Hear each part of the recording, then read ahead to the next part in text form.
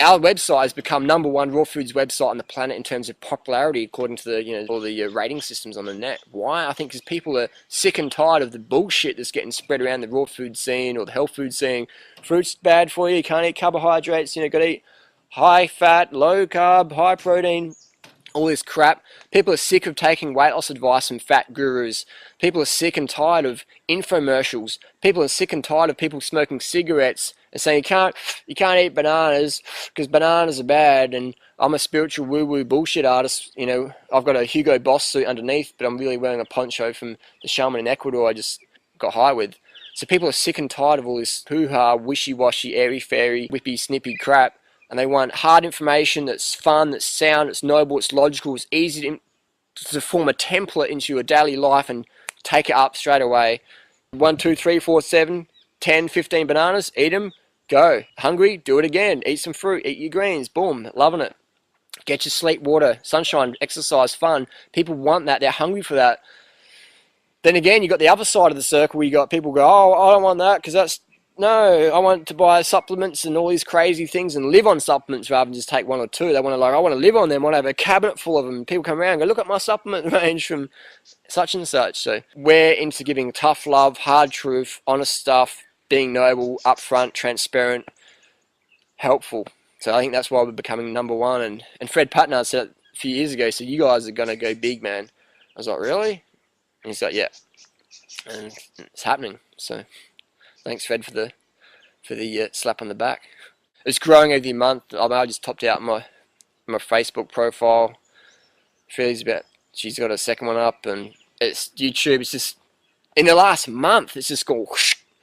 So people are hungry for the information. Blogs just whoosh. So it's getting bigger and bigger every month. How big is it?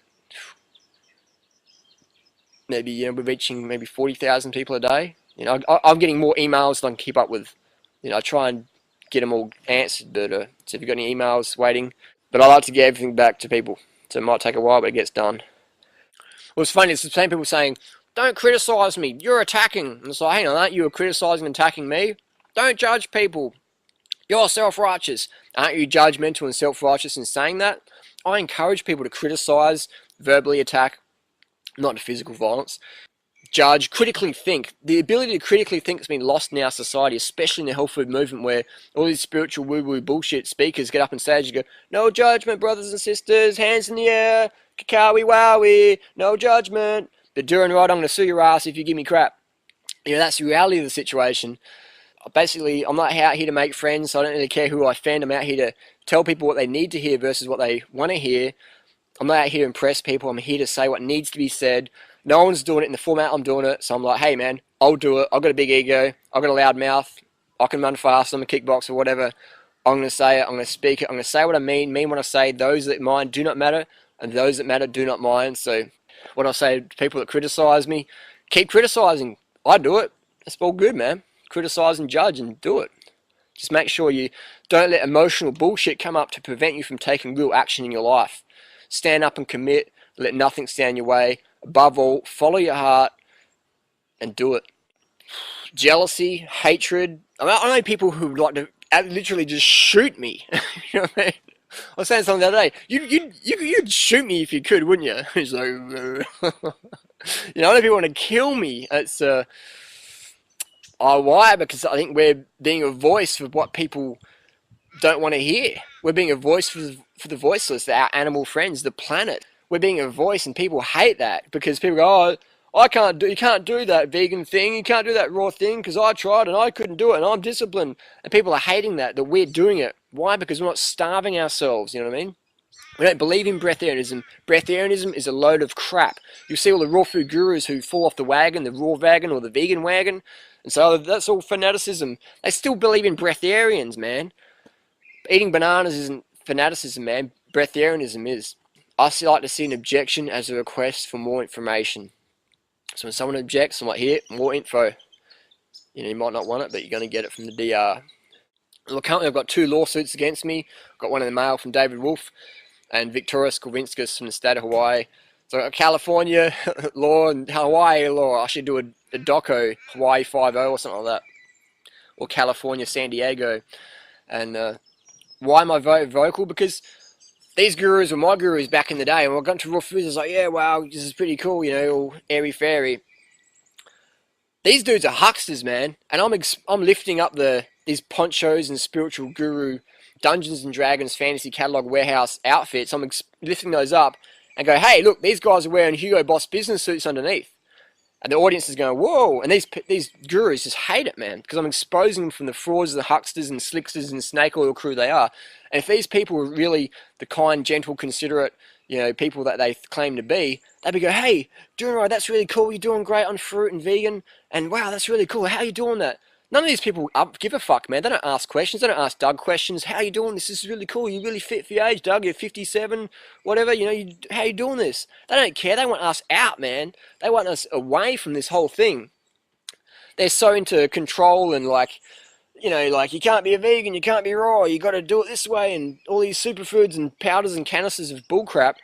Because these people, you know, money-driven, power-driven, I don't know. You know, I don't hate them, but I definitely hate the information they give. I hate the results people get when they follow information. The starvation, anorexic, breatharian, carb-phobic, fruit-phobic, vegan-phobic. I've got to kill it. You know, I've got to have plates of horror 3 times a day to have any strength, because there's no such thing as a vegan bodybuilder. There's no such thing as the raw vegan athletes and runners and cyclists and dancers and swimmers and triathletes. No such thing. So that's why I'm vocal, man. And, you know, other people aren't calling them out, so I'm going to call them out. I don't go to sleep going, oh my god, I got a lawsuit from David Wolf. My life's a tragedy. I find it entertaining because it's good, because it exposes what these people's intentions are. So I'm all about transparency. It's all fun, man. It's all good. It's just the internet. It's just, you know, information. I don't take it personally. I don't lose sleep over it. I'm not stressing out. And, you know, I know they are. I know David Wolf had a personal bodyguard with him the whole Australian tour, and the information was strictly that Durianrider is not allowed in any of... They had a photo of me, apparently, and I'm not allowed to any of Dave Wolf's talks, you know. It's like... Because apparently I threatened his life, which is bullshit. I wouldn't hurt Dave, man. Like, popularity, I mean, a lot of people... I'm getting emails, like, confidential emails. People say, well, you know, I'm glad you're speaking up, Harley, because this happened to me. You know, such and such did this to me. You know, I was sexually harassed by such and such. I'm owed money by such and such. Got bad advice from such and such. I lost my teeth following such and such advice. I'm fat because I'm such and such advice. I've got a drug addiction now. You know, I'm back on drugs, or, you know, things like that. So it's popularity, you know, good, because I've finally got someone, a whistleblower in the community, who's... I'm over people saying, oh, well, professionalism, yeah, professionalism. Like, fuck professionalism if people's health's going down, man. Speak up. Be honest, truthful, noble. You don't have to punch people in the face, but you can be punchy in your communication style and get information out there, you know what I mean? So that's what I'm doing. I'm not going to wait for anyone else to do it. I'm going to go, boom, that needs to be filled. It's a gap, I'm filling it, and it's doing great. But as long as I've got enough money, I don't need more money, man. I need to help more people. So if I've got enough money for my bananas and a bike tire and a sleeping bag and a tent or whatever, I'm good. I don't want to have a lot of money, but I want to have a massive impact, and I'm having that now. So how do I feel like the role? Outspoken war anarchist? Great. I love it, man. Because it gives me purpose every day. Helping people, helping the animals, helping the planet. Awesome. Help the gurus help themselves.